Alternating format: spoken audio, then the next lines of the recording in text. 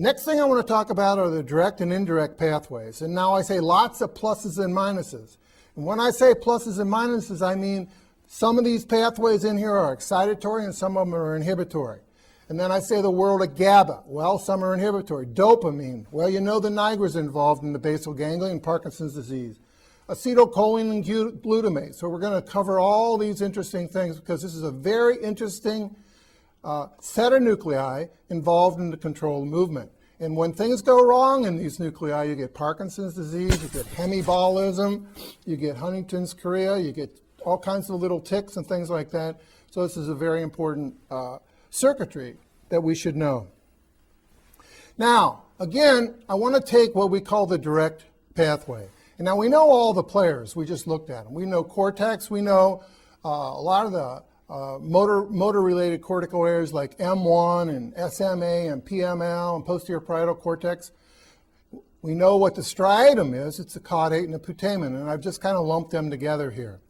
Then we also know what the globus pallidus is. We know there's two parts of the globus pallidus, an external and an internal. And then we know there's two ways out of the internal segment. One's the ansa and one's the lenticular fasciculus. You know the ansa is a lot easier to see than the lenticular fasciculus. This ansa goes underneath the posterior limb of the internal capsule.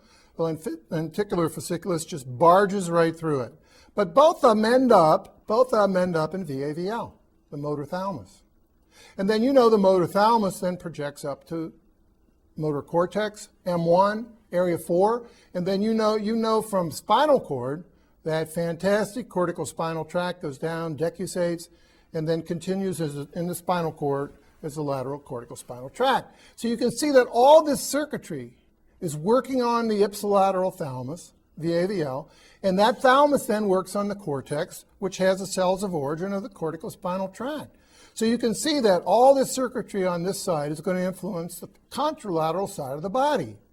It influences the motor cortex on the same side, but you know the cortical spinal tract is crossed. It's the most important, probably the most important fact in this course is that the cortical spinal tract is crossed. So all this stuff is working on this cortex, which controls the opposite side of the body. So let's take what we call the direct pathway. Well, how does it go? Well, you're going to start in cortex here, and you're going to come down into the striatum. Now, that can be either the caudate or the putamen. And we're going to use this cortical striate pathway. It's going to use glutamate, so it's going to excite this striatal cell. This striatal cell is in either the caudate or the putamen. Now, this striatal cell, all outputs of the striatum are inhibitory. So you can see that what we're going to do here with this cortical input is we're going to excite the striatal cell, which is then going to turn on this inhibition here and go down into GPI. So when we turn on this cortical input, we're going to turn on the striatal input, and we're going to have a lot of inhibition coming out of the striatum because we're exciting an inhibitory cell. So a lot more inhibition is going to be coming out here going to GPI, and its synapses on GPI. Now GPI is also, this cell is also GABAergic. So this cell contains GABA, and it goes in here and inhibits this thalamic neuron in VAVL. This thalamic neuron is excitatory on cortex, so it also uses glutamate. So let's see what happens when we turn on cortex. You turn on cortex, you're going to turn on the striatal cell. More firing in the striatal cell is a lot of inhibition coming out down to this GPI cell. A lot of inhibition. It's going to inhibit this GPI cell, which itself is inhibitory. So what you're going to do is you're going to inhibit this inhibition, and you're going to let this thalamus cell free to fire. Now, of course, this thalamic neuron gets other excitatory inputs, especially from the cerebellum. So then it goes up and excites M1, and we get an increase in movement. We're going to increase the excitation to cortex, which is mean the cortical spinal fibers are going to get some facilitation and fire. So let's do it again. This is a direct pathway. Cortex excites a striatal neuron, which is inhibitory. Then this guy fires, and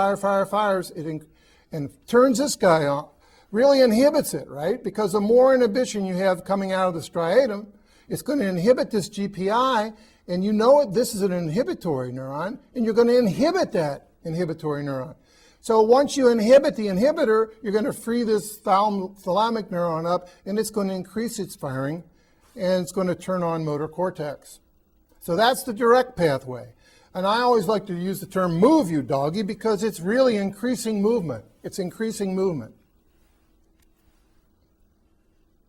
Now, if we go to the indirect pathway, this is going to, like I say, whoa, horsey. Well, it's going to slow down movement. It's going to slow down movement, unlike the direct pathway. Well, how does it do it? Well, we start off the same. We start up in here in cortex, all right? And we got a cortical striate input coming in here. But now, this striatal neuron, unlike in the direct pathway where it went to GPI, this striatal neuron, which again is inhibitory, goes to the outer segment of the globus pallidus and inhibits it.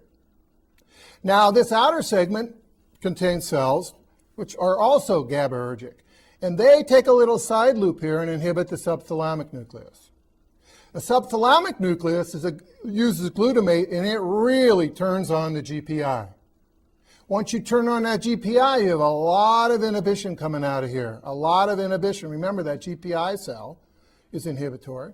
And the more inhibition you're coming out of here, you're going to slow down this VAVL cell and have less firing up here of the primary motor cortex, cortical spinal cell. So this is a whoa horsey. This is going to slow things down while the direct pathway is going to speed things up. Let's go through here slowly and see what happens.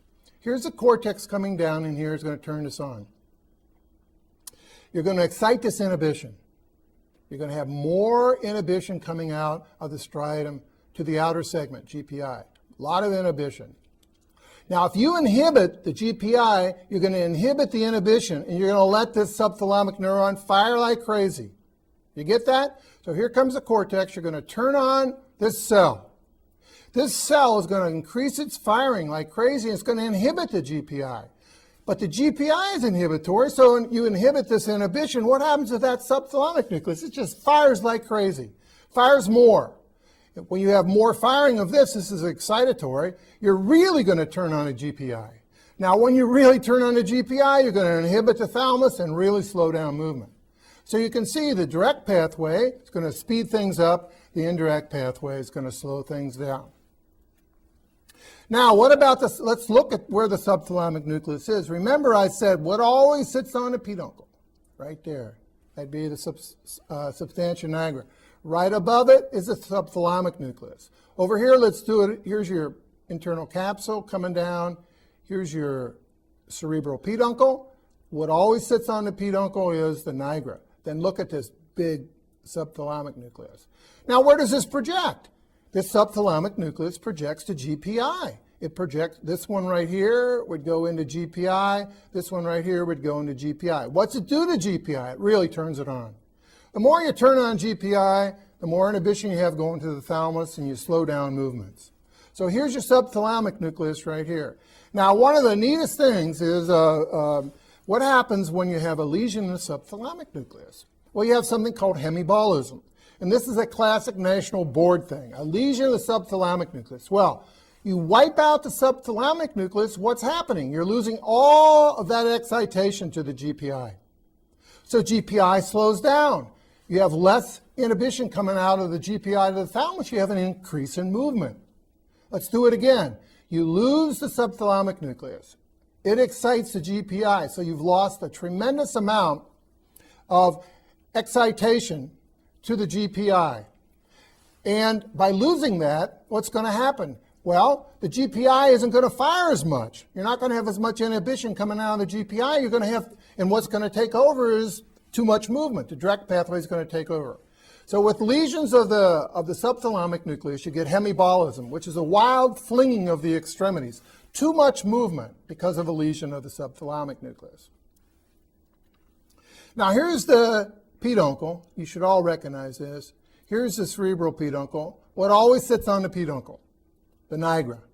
Here's the ruber-duber for those of you interested. Here's the thalamus, the lateral geniculate. But anyway, let's stay down here. Here's your cerebral peduncle. Now I know this looks a little different than it did when I taught you brainstem, but even in the brainstem, right, the nigra sits on the peduncle, and there's the ruber-duber. So here's the substantia nigra. Don't confuse it with the subthalamic nucleus. Now, what happens when we lose substantia nigra? Well, that's Parkinson's. So let's go through that. Here's the nigra, And you know it projects to the striatum. You know that from brainstem. And what it does is this substantia nigra contains dopamine. These cells contain dopamine, and they go up in here to the striatum, and they have an excitatory effect upon the direct pathway. They have an excitatory effect upon the direct pathway. Now, there are little cells in here that stay within the striatum called interneurons. These are cholinergic interneurons. By an interneuron, I mean their axons do not leave the striatum. They don't leave the structure. Now, this striatal neuron, its axon does leave the striatum. Okay? You can see this little cholinergic neuron. Its cell body's in the striatum, but its terminal stays there. So the nigra, okay, let's go back and do this again. The nigra comes up here and excites striatal neurons that go to GPI. Okay, you see that? And because of these cells contain D1 receptors, and dopamine is excitatory on D1 receptors. So you can see the nigra normally comes up in here and can excite a striatal neuron. Remember, it's also getting inhibition right here from this cholinergic neuron. So remember, dopamine excites striatal neurons involved in the direct pathway. Remember, the direct pathway increases movement. Cholinergic interneurons inhibit the striatal neuron involved in the direct pathway. So you have this interplay between these two. Now, what would happen if we cut this input from the substantia nigra? Well, you've lost excitation of the direct pathway. And the direct pathway is your increased movement pathway.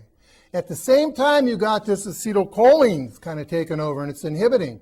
So you can see that you're losing an exciter of the direct pathway, and you're left with an inhibitor, and it slows the direct pathway down and lets the indirect pathway take over. And you know that the direct pathway is kind of speeding things up. The indirect pathway is slowing things down, and you end up with a Parkinson patient. Now, what could we do? Well, we could give that Parkinson patient L-DOPA, okay, which would bypass this and just get up to the striatal neurons. Or what can we give? We can come in here and try to work with this cholinergic neuron.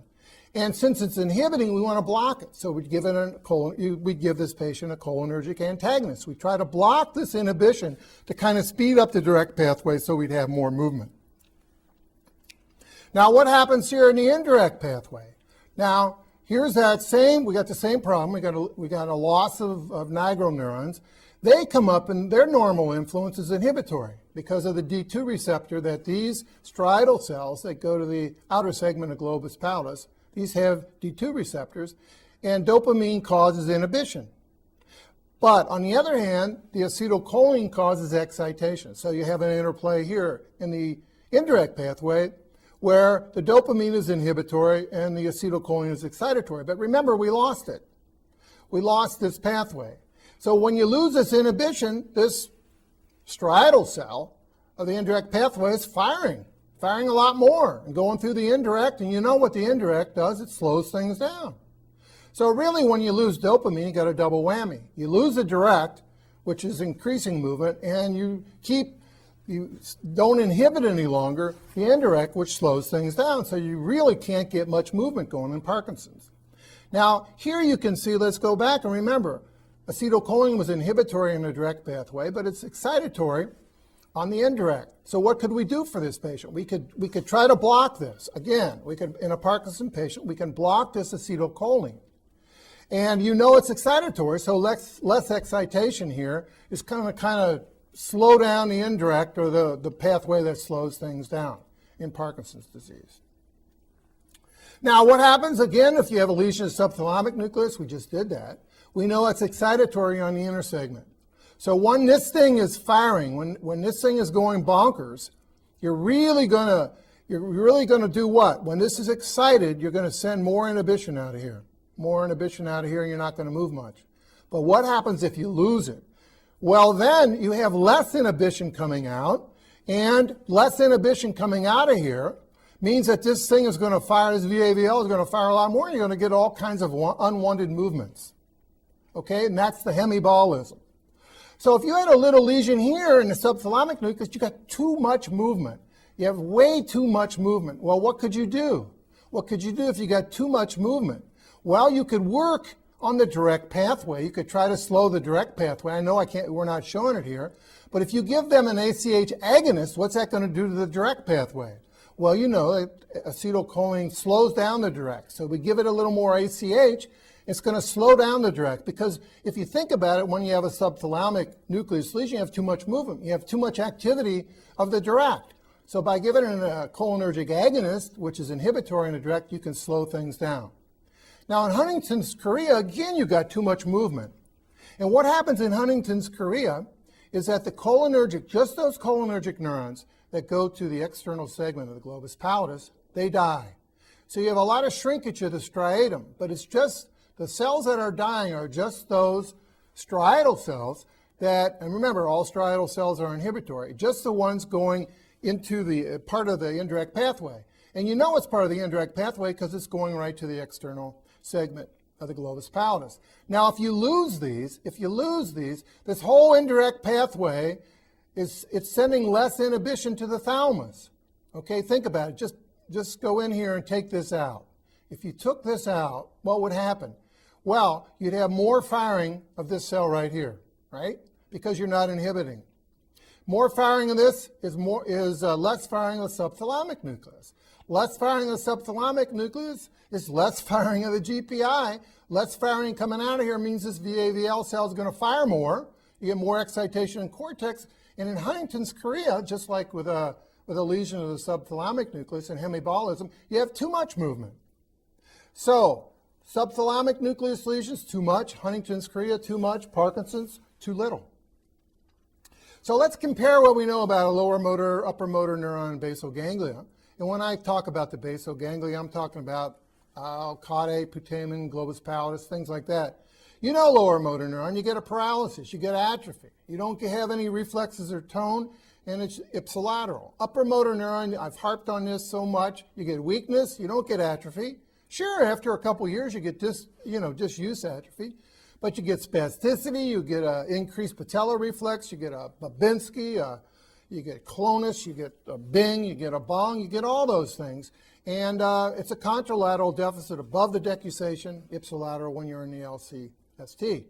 Now in the basal ganglia lesion, you don't get a paralysis. Have you ever seen a person with Parkinson's disease? They're not paralyzed. They just don't move fast. They can't get going. They don't have much atrophy because they don't have a lower motor neuron problem. But you have a rigidity, and this rigidity is not spasticity. Spasticity is what we call unidirectional. Think about that flexed arm. When you try to you move that flexed arm, it's unidirectional. It fights it. A rigidity would be like a lead pipe. No matter which way you move it, it's rigid. Bradykinesia, well, we know that's not much movement, slow movement. Resting tremor, we have to be able to differentiate this from a cerebellar tremor. A cerebellar tremor, you have that little tremor when you're moving. A Parkinson's patient puts his or her hand on the table, and you've got this little tremor. It's called a resting tremor. Again, I talked about Huntington's chorea. You have too much movement, hyperkinesia. In a lesion of the subthalamic nucleus where you have Hemi Baalism, again, it's hyperkinesia. And remember, all these pathways, subthalamic, globus pallidus, putamen, they're all acting on ipsilateral motor cortex. And you know that motor cortex controls the opposite side. Now, let's turn a little bit to the cerebellum, which is the little brain. So this is the last part of the motor systems that we're going to talk about. If you don't mind, I'm going to take a little swig of Coke. Ah, that tastes great. It's got a little bit of caffeine in, keep me going here. I love the cerebellum. I love the cerebellum. And look at it right here. Look at it right here. Now, you should know this is the fourth ventricle. This is the aqueduct. Here's your third. Laterals in here. Here's your cerebellum right here, called little brain. And we know about the peduncles, inferior, middle, and superior, but we never really looked at this too carefully. You can see there's a kind of a midline area right here. We call this, if the old-time anatomists looked at it, and it looked like a worm from the back. I'll show you that. And then you can see it goes out further laterally here. This is the hemisphere. But so here we have kind of a midline sagittal view of the cerebellum. This is another one right here. Here's your brainstem down here. I bet most of you don't know what this is right here. Superior colliculus. Here's some of your brachium pons. This is a weird-looking brainstem. We've done a little dissection in here. But again, we're looking at the midline of the cerebellum here. Here, this is further lateral. Okay? Now, You see, I got something down here called Lucy's deft pun.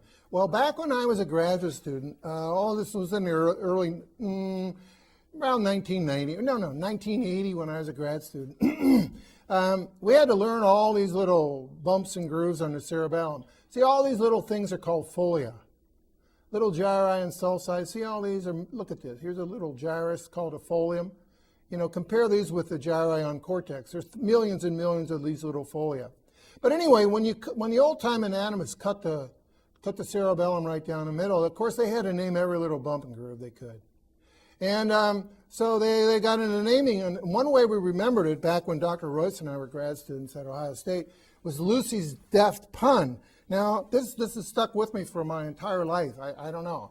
Well, now what's hard about this is you got to start rostrally. So here's the midbrain. Back this way is the spinal cord. Okay, so I would say this is rostral. You got to know when you start talking about Lucy's deft pun, you got to start right in here, and this is called the lingula. Now, there is no U. So see, the L is lingula. Then you got to realize there's no U, and that's hard. But then you get to the C and you go central culmen. Okay, that's not too bad. Lucy. And there's no Y, there's no apostrophe, there's no S. So there's really lingual, you forget the U, central culmen, forget the Y apostrophe, and you also forget the S. So that's kind of hard. But then when you get to deft, it's not too bad. Because then you start going in here, you go declive folium tuber, okay? Declive folium tuber. But again, there's no E. But anyway, so Lucy's declive folium tuber. And then pun, no problem there because P is paramus, or paramus uveal nodule. So it goes like this, nodule, uvula, paramus. Okay? Anyway, you don't have to know that, but if you come up to me and say you remember Lucy's deft pun, it just might be worth an extra point somewhere along the way. Now, we don't spend a lot of time on the cerebellum. You probably, for those of you really interested, you can go up to the labs and dissect it, pick at it, do anything you want. But I kind of want to orient you because I think it's kind of neat. Most times you just think about the cerebellum looking like this, okay? But we have to also think, well, it has kind of an inferior surface back here. Now that might confuse some of you, but think about how this is in your head. Okay, here'd be your spinal cord. So this is kind of inferior, or the back of it. And this is, now here's our famous level 3. Right? Look at that. I mean, that's for real. So that'd be a cross section kind of coming up like, well, it'd probably have to be like that, right? But here's the pyramid down here. Look at that. Here's the olive, hypoglossal, inferior cerebellum. This is a classic 3, just a classic 3. So it's somewhere down in here, but then we're looking kind of like this, at this view right here. You can see all the parts of the cerebellum here. And you don't have to memorize any of these parts. You can see them. They're all labeled over here. But I didn't give you the labels, so what the heck. But there is this one part here. It looks like a worm. Looks like a worm. We call this the vermis. Over here, you can see the worm. It's got different parts to it. This is the vermis, or the midline area, the medial part of the cerebellum. So it'd be like this part right here that we're looking at. Of course, we're looking at the left side. There'd be a little part, on the right side too. But here's your vermis. Does it look like a worm? I think it does. Here's your level 3. And then here's the midline. You just go laterally like this. Okay? So that's if we're looking at it like that. Now, if you want to come in and look at it down like this, the arrow's going the wrong way. But this would be kind of, we could call this the inferior surface. This top part we could call the superior surface. Now, you got to kind of think about this diagram here. We're looking down on this. So this would be rostral. This would be the left side. This would be the right side. So if you could just take this up here and put it right here, this point right here would be right about up in there because we're looking at this surface.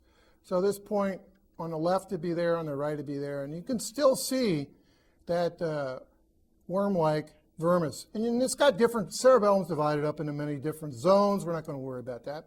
I do want you to know what it looks like, though.